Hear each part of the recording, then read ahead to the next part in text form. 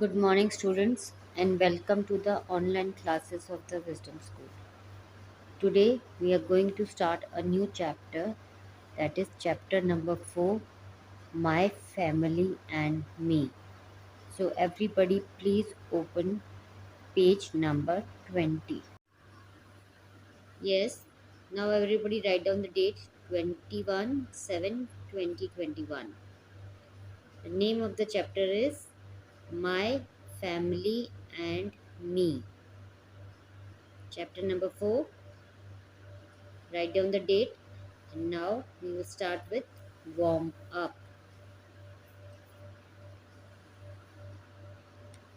I am Hitesh. There are 4 members in my family. ये बच्चा बोल रहा है आई एम हितेश, मैं हितेश हूँ, and there are 4 members in my family, और मेरी फैमिली में 4 members हैं. पापा इज़ द एल्डेस्ट, पापा सबसे बड़े हैं, एल्डेस्ट इज सबसे बड़े. ही इज़ 40, और उनकी एज कितनी है 40 years. Nisha my sister is the youngest, जो निशा है वो सबसे छोटी है, और वो कौन है, हितेश की सिस्टर है. She is only 3 years old, और उसकी एज है 3 years.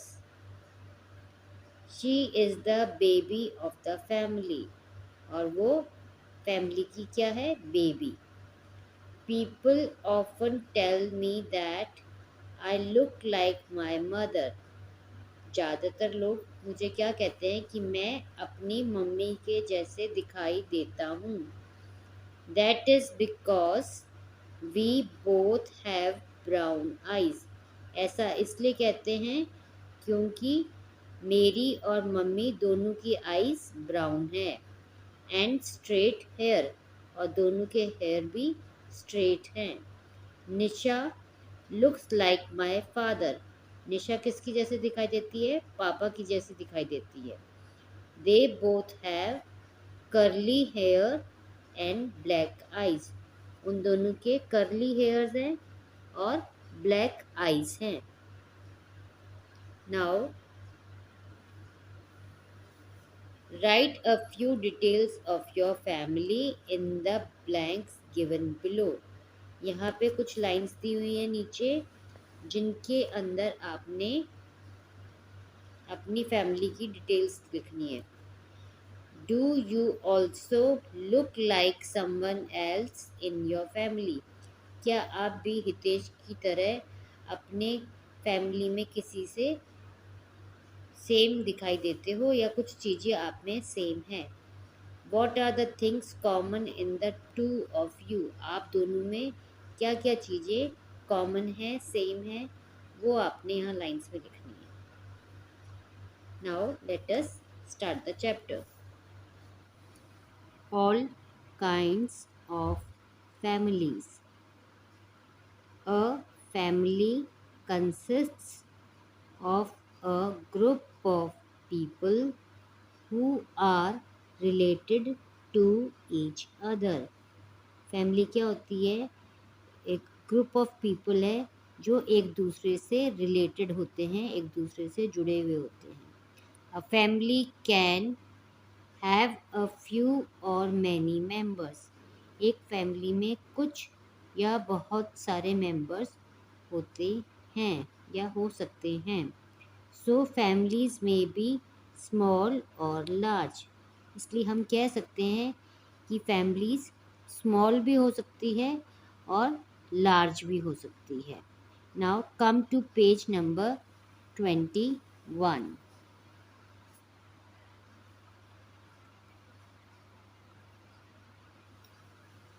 A family in which only parents and children live together is called a nuclear family. वो फैमिली जिसके अंदर पेरेंट्स और बच्चे एक साथ रहते हैं उसको हम न्यूक्लियर फैमिली कहते हैं. It is a small family, और इसको हम न्यूक्लियर फैमिली भी बोलते हैं.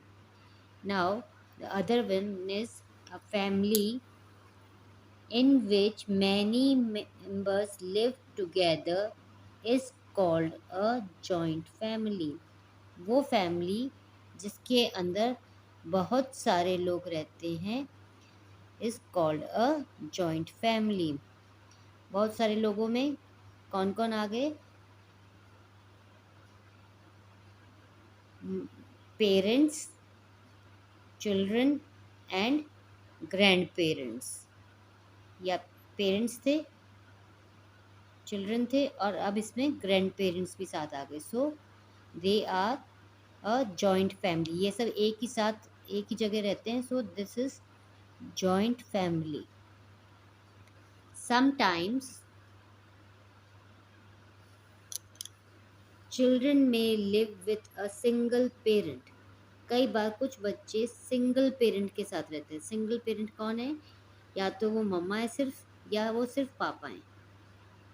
ठीक है, कुछ कुछ बच्चों के या तो मम्मा नहीं होते हैं या पापा नहीं होते हैं. So that is called a single parent family. Some children may also have lost both their parents when they were very young. और कई बार क्या होता है कि कई बच्चों के दोनों ही मम्मी पापा नहीं होते. जब वो बहुत छोटे थे मम्मी पापा की डेथ हो गई और अब वो सिर्फ 2 बच्चे ही हैं. Many of them live together in orphanage or large homes.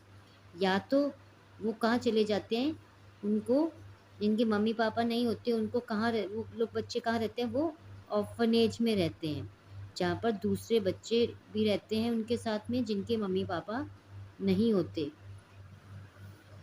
At times people adopt, that is, care for the children born to somebody else.